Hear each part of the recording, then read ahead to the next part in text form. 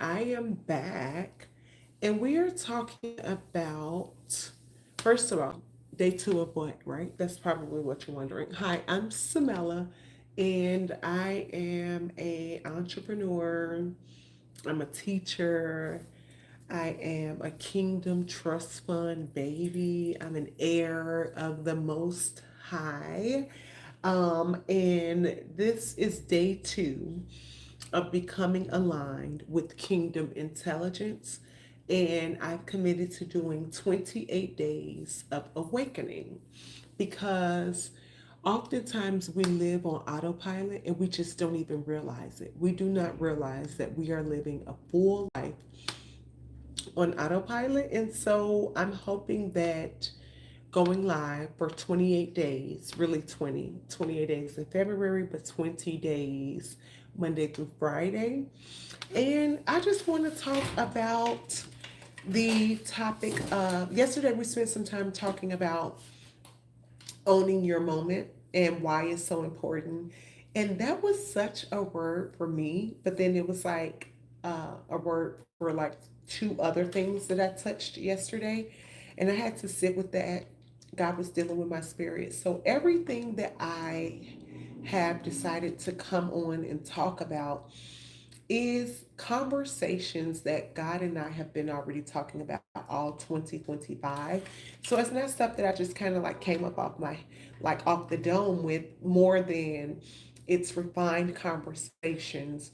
And I believe that God has been showing me these things to specifically speak to Gen Zs. And it's mostly because you guys are the future, right? Like, you guys are the future, and there's so much that you're dealing with. And I just think if I can add some information, I live by the saying, my scars should be someone else's survival guide. But I don't want you to just survive, I want you to thrive. And so if I can share something that I know that I've been through, that I've learned, so that you don't have to go through it, I'm happy to do it. It costs me nothing to give you knowledge about lived experiences that you may not know you need right now. It may not even make sense right now. But when it do, babe, I promise you, you're going to be like, oh, this what that lady on YouTube was talking about? Yes. And so, what is kingdom intelligence? Kingdom intelligence is a framework that over time I'll share with you, but it's the combination of spiritual intelligence, entrepreneurial intelligence, and artificial intelligence. But when you combine them, it's the ability to match God's energy, right? Because I've spent so much time in relationship with God and just hearing Him, allowing Him to mold my heart, change how I think, change how I show up, to where now I'm like, I can't believe you see me this awesome, God. Like, I must know, you must know something about me that I don't know about me. And so then now I feel obligated to show up with this knowing because you said it, and so it must be true.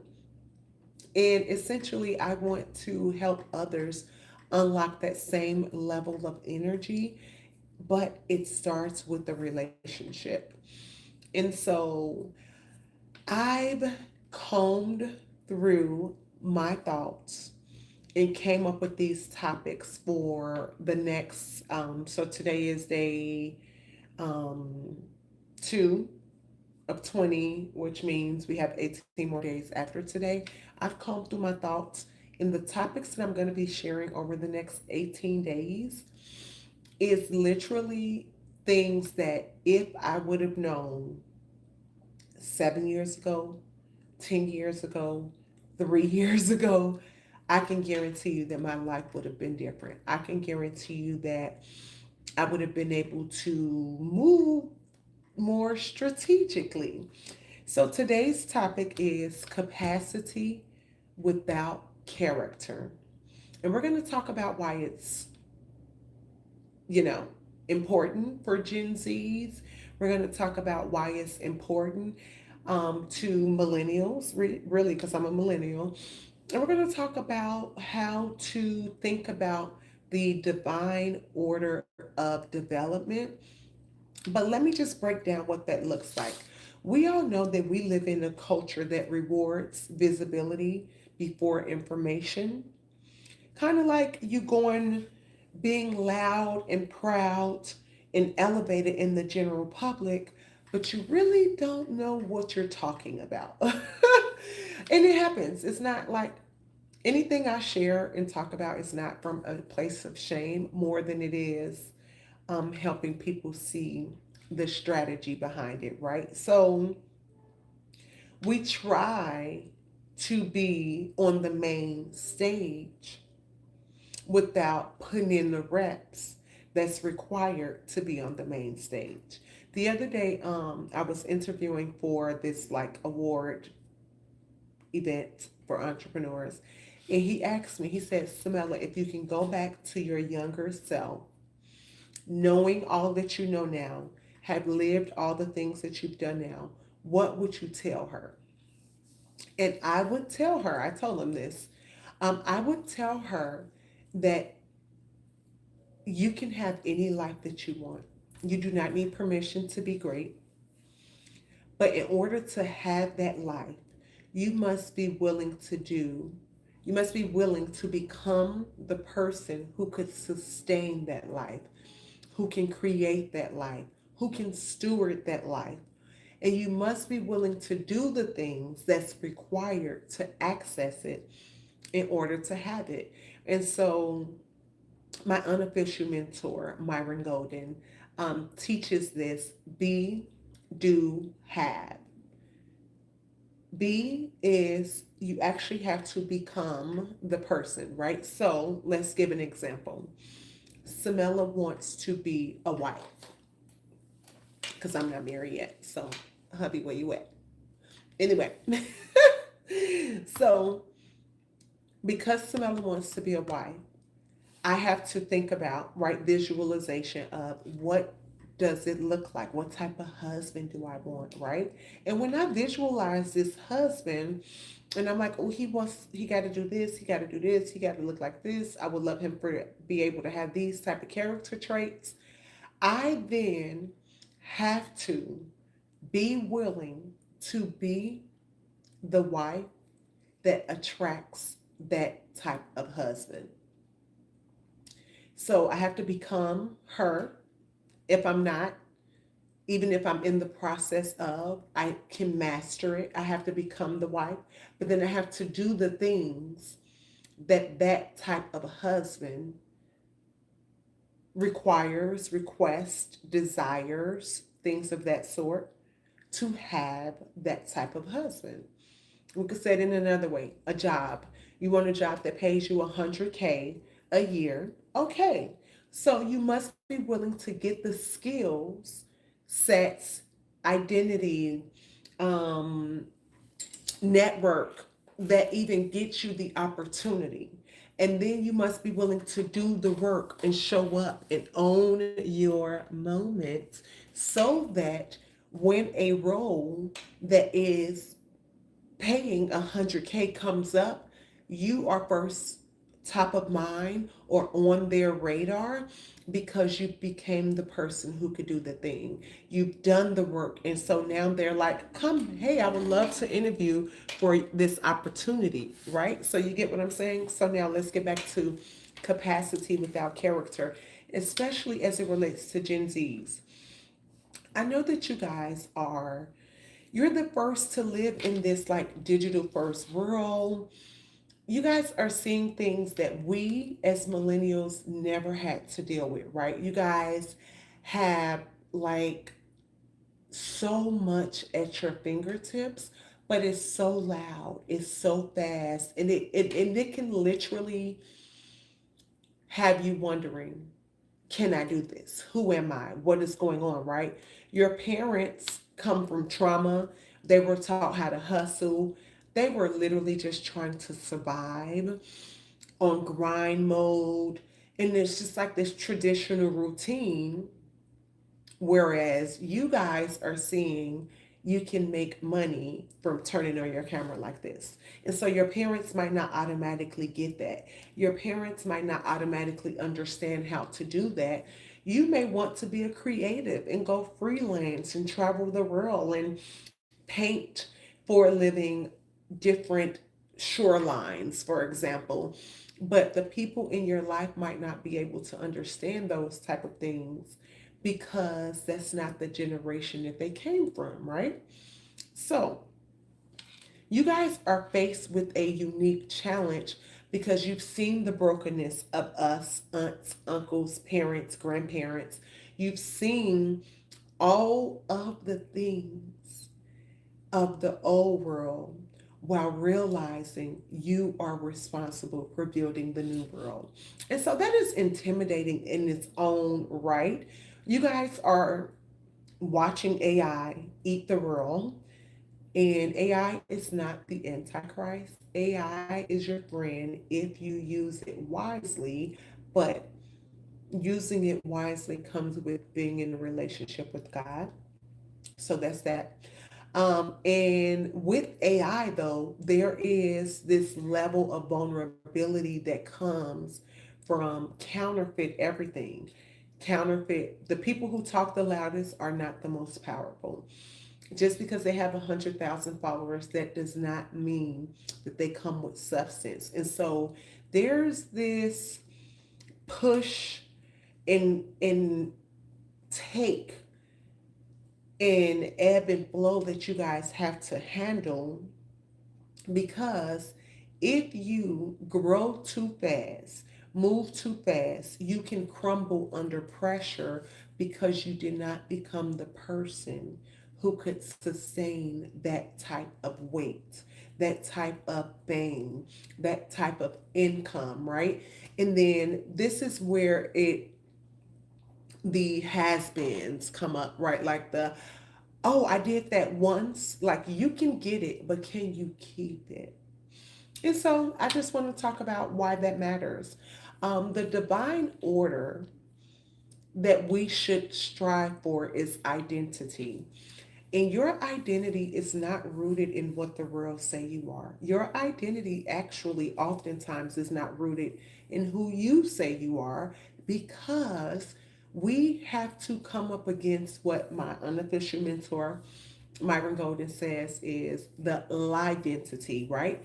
Because our parents, even millennials, but because our parents had to survive, they were built with trauma. They didn't have the ability to talk about healing feelings. They had to show up, work twice as hard, all of these things. We subconsciously took on their thoughts, their ways of life, and now it's a lie identity. So we have to build a relationship with God, which is the kingdom intelligence, to come out of autopilot, because once you begin to match God's energy and realize you are an heir and abundance is what He wants for you, and you were born with something that is amazing, you were born with a purpose. You uniquely was given a gift that can impact people, the masses, small, large, whatever. Once you understand that, you hold your head up a little bit more differently. You show up a little bit more differently. You start putting boundaries in place. You start holding you accountable for the lifestyle that you want, and not blaming, well, I would do it, but my parents did this. I would do it, but I don't got the money. I would do it. You know, because you are sitting in the presence of the King, who said that you are His child and His children lack nothing. Okay, so that's the first one. I just had to get that out there because identity is one of the bigger things that um, I feel we as a culture, and I'm saying just like Americans specifically, um, Western culture, we don't often know who we are because we're busy being who the world tells us we should be. And this is why your relationship with yourself and your relationship with God is so important because it matters. Okay? I think you got that now. I think you got the fact that you have to be able to sit in his presence long enough to say, God, who am I? Why did you birth me? Why did you give me this family? Why did you give me these struggles? Why did you give me these problems? And oftentimes, your scars is truly where your calling sits at, because once you've navigated your scars and you've overcame those things, you can then help someone else. And then you will be uniquely positioned to help them. So that's the first divine order of development. The second one is character. Your character is who you are, how you show up, who people know you as, and who they describe you as when you're not in the room. It's integrity. It is doing the right thing, whether somebody's watching, whether they are not watching. It's who you are, who you say you are, and who you show up as. When that's when it matches, right? Formation. Formation is your ability to do the things all the time. And when you practice in private, your behavior shows up in public and then it matches. So there's no inconsistencies. People can't say Samela is fake when they see me online, because when they experience me in person, you get the same level of Samela. You see what I'm saying? Okay, I believe you do. Capacity.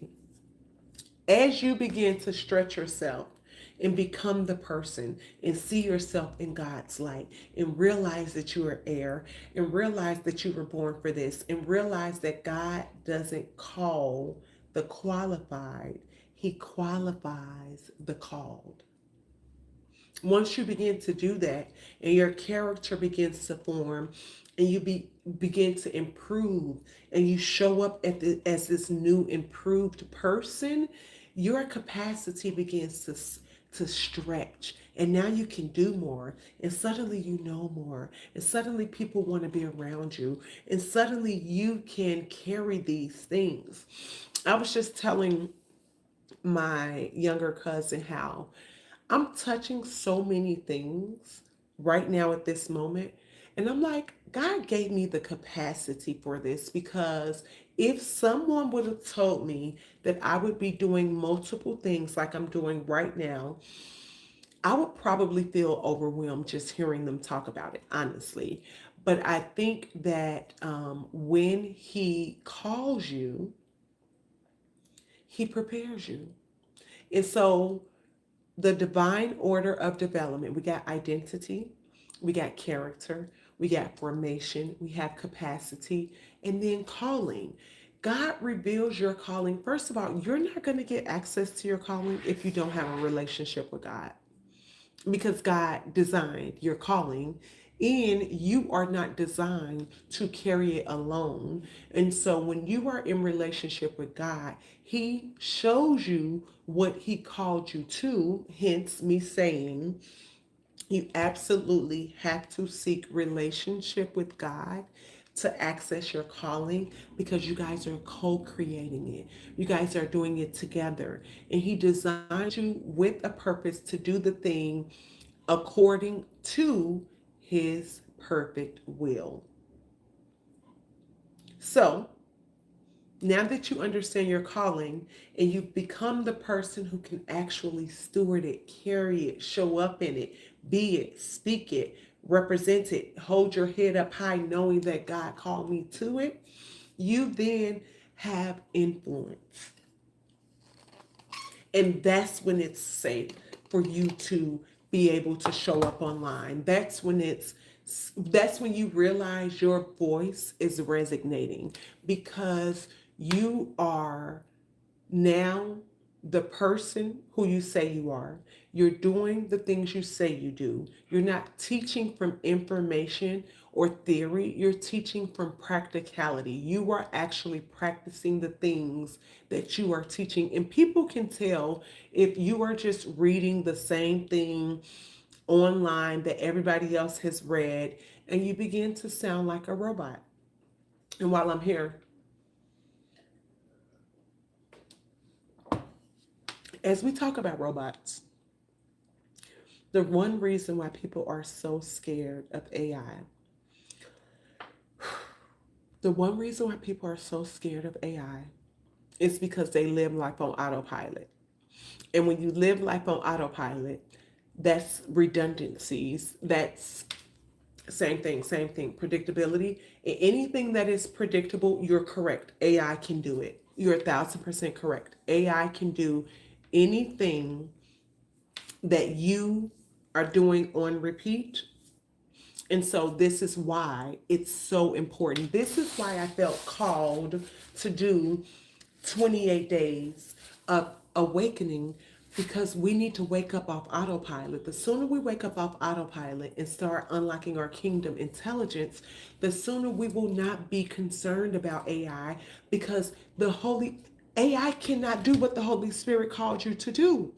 AI cannot think like you. AI don't have the spiritual downloads. And you see this is getting me passionate, right? Like I am passionate about this because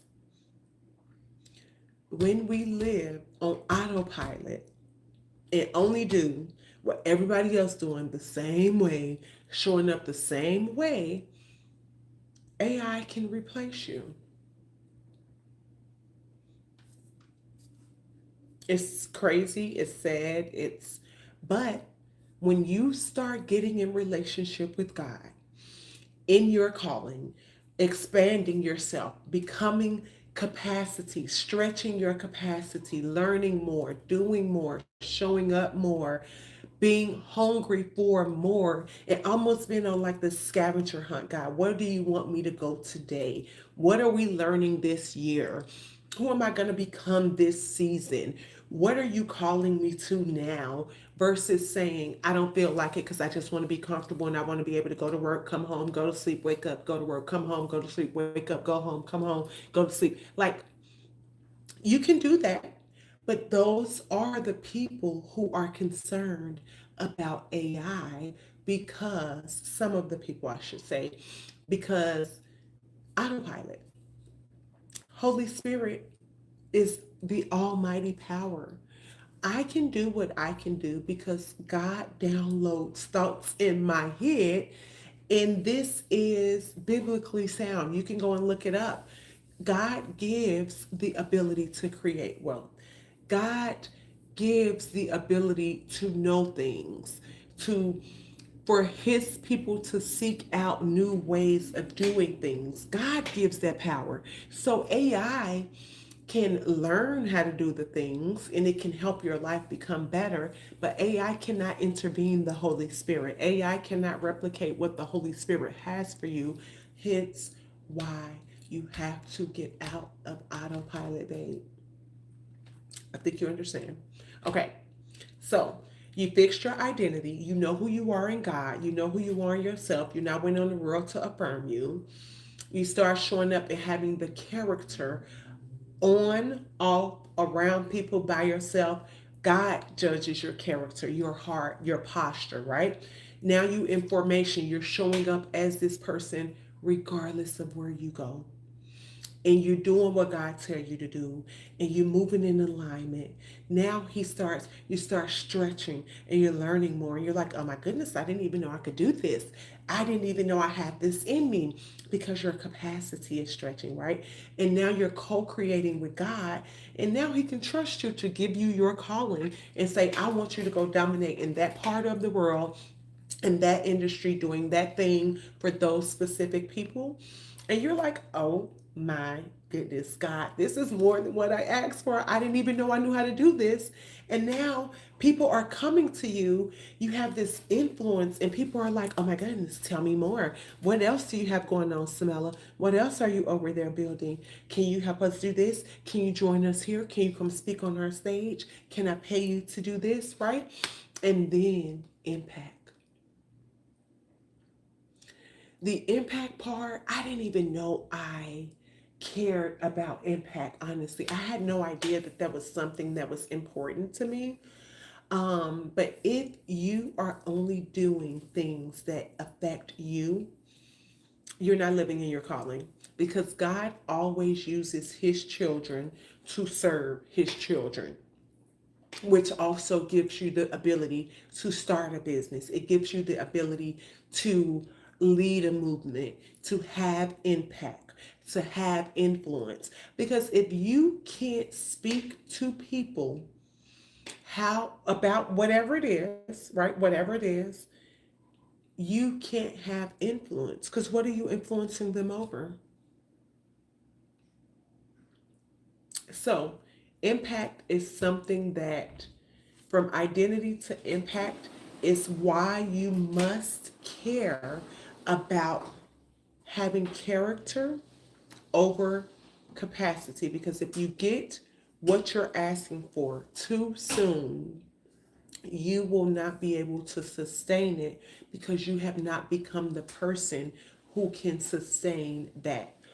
You want a G Wagon? Okay, well, can you pay the monthly maintenance on that G Wagon? If that G Wagon goes out, can you make sure that it gets put in a shop? If you need to keep the gas, I don't even know how much gas costs because I don't own a car, but these are the things, right? Like, you must become the person and be willing to do the things to have the lifestyle of your dreams. And that often starts at your identity. And I am going to keep showing up online. Today is day 2. Tomorrow, we are going to talk about identity before inheritance. And I'm excited to keep just unlocking these thoughts, sharing what I've learned. Please feel free to drop your comments below. And I will, on Friday, we'll have an AMA. I'll chop up the thoughts, answer any specific questions. And I believe in you. I believe that autopilot is probably one of the tricks of the enemy, because he don't come to just kill you. He comes to distract you. If he can distract you long enough to know that you forgot that you even was born for something, and now you're like, wait, why have I been living the same life for the last 10, 12, 15, 7, 8, 9 years? It's because you're living on autopilot, babe. And you weren't born for that. You were born for something specific that only you can do. And until you get into a relationship with yourself and start asking yourself and confronting that identity and being in a relationship with God, you're not going to unlock it. So I believe in you, boo. It's time for us to unlock our kingdom inheritance. It's time for us to be those trust fund babies. It's time for us to live our best life. And I'll see you tomorrow at 4 p.m. Be great in the meantime and in between time. Bye.